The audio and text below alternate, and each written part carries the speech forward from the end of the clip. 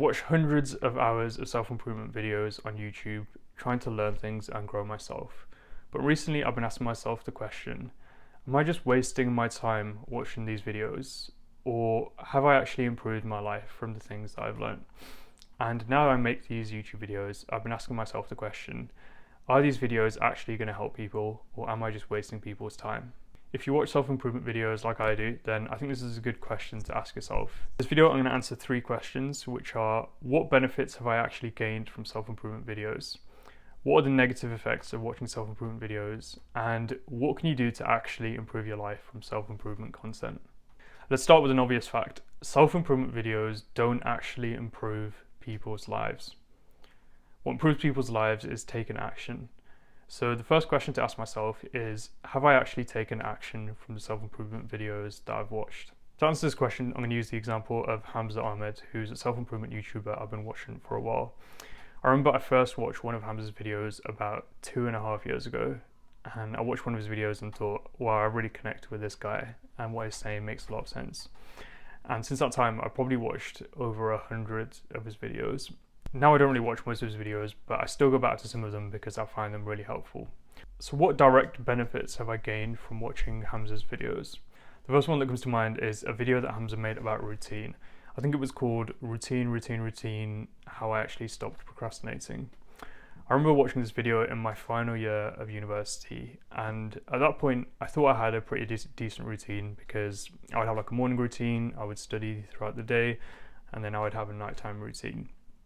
But watching Hamza's video and seeing his calendar was literally like soldier-like. So it would be like wake up, deep work, gym, eat, record YouTube videos, dinner, like that. It was like that every single day, solid time blocks. And seeing that made me realize like, oh shit, like my routine isn't as solid as I thought it was. And that's why I'm finding myself procrastinating so much. I remember after watching that video, I opened up my Google Calendar straight away and I put in these time blocks, which got me into a soldier-like routine at university. And that helped me to work consistently, overcome procrastination, and absolutely smash it in my final year.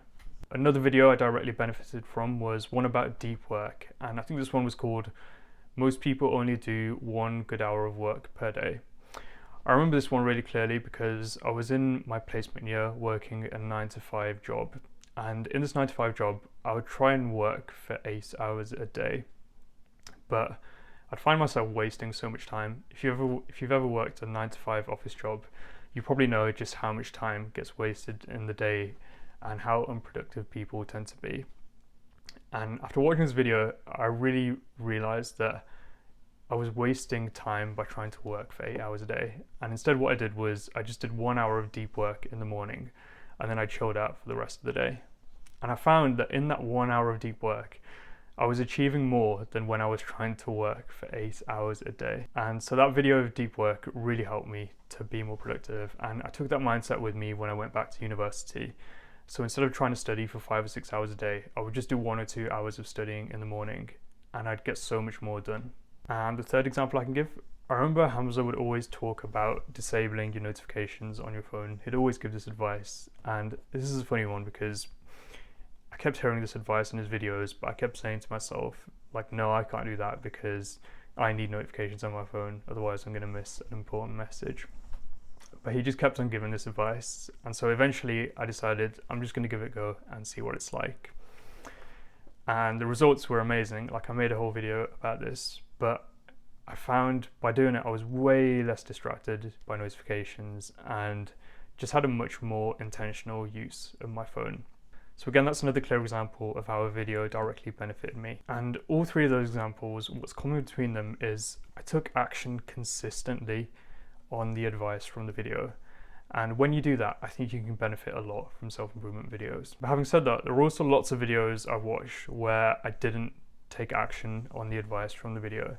So are those videos all just a waste of time?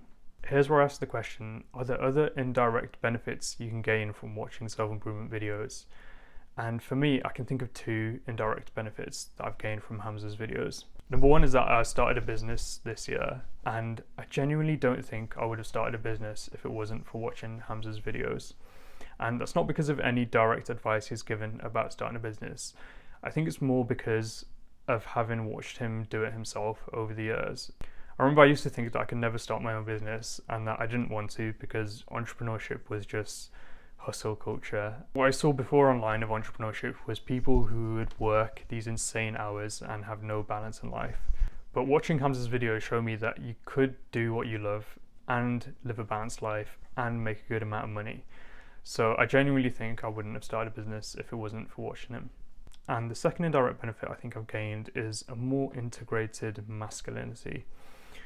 So Hamza embodies these typically masculine qualities of aggression, competitiveness, hunger. And at the time that I started watching his videos, I didn't really have many positive representations in real life of these qualities, positive masculine role models.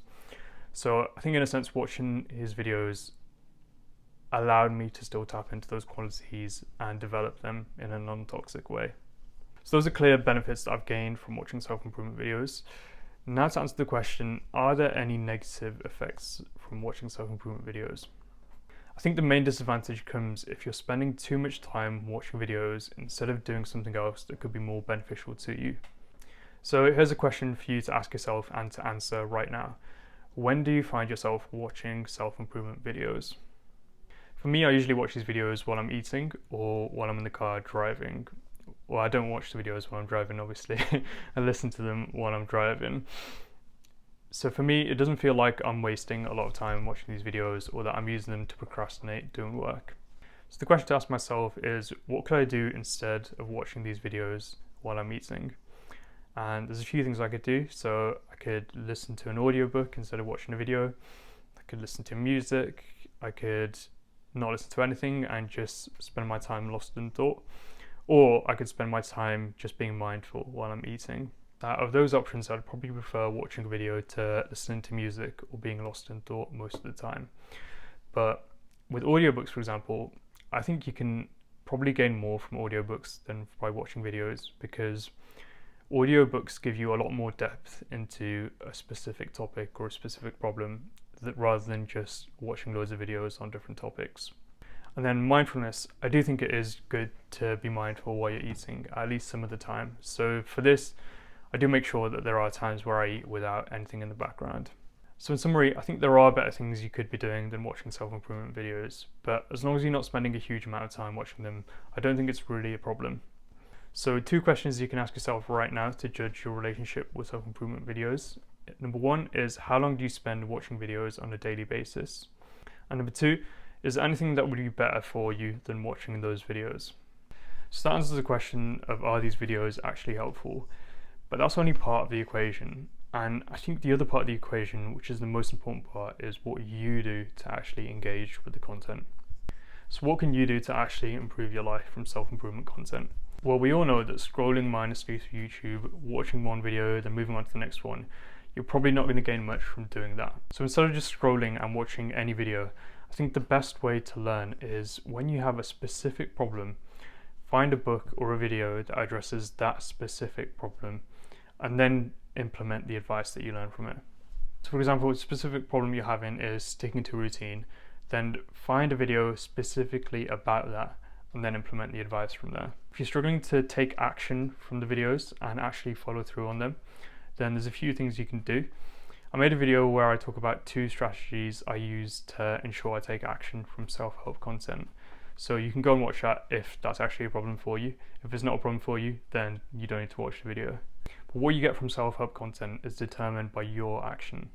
I want to finish this video by answering the question, do my videos actually improve people's lives? And the answer is, honestly, I think my videos probably aren't very helpful so far. And the reason for that is because I'm really new to making self-improvement content, and so I'm still learning how to structure my thoughts and what's actually helpful to people. So having said that, if you're watching to this point, I do really appreciate you watching my videos anyway when I'm trying to make them better. There are a few things I try to do to make my self-improvement videos valuable. So number 1, I try and ask questions to engage you while you're watching it. So for example, in this video, I asked the question, when do you find yourself watching self-improvement videos? And I find that really engaging with a video means you take so much more from it, and that's why I try and ask questions. Number 2, I try and give actionable steps in the videos. And number 3, I end the videos by asking, what are you going to do about it? To get you to think about exactly that. I'm trying to increase the chances of these videos helping people by making them more engaging, more in depth, and more actionable.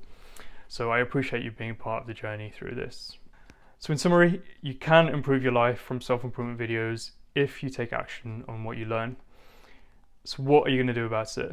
Remember, the transformation only comes from taking action, and don't take yourself too seriously.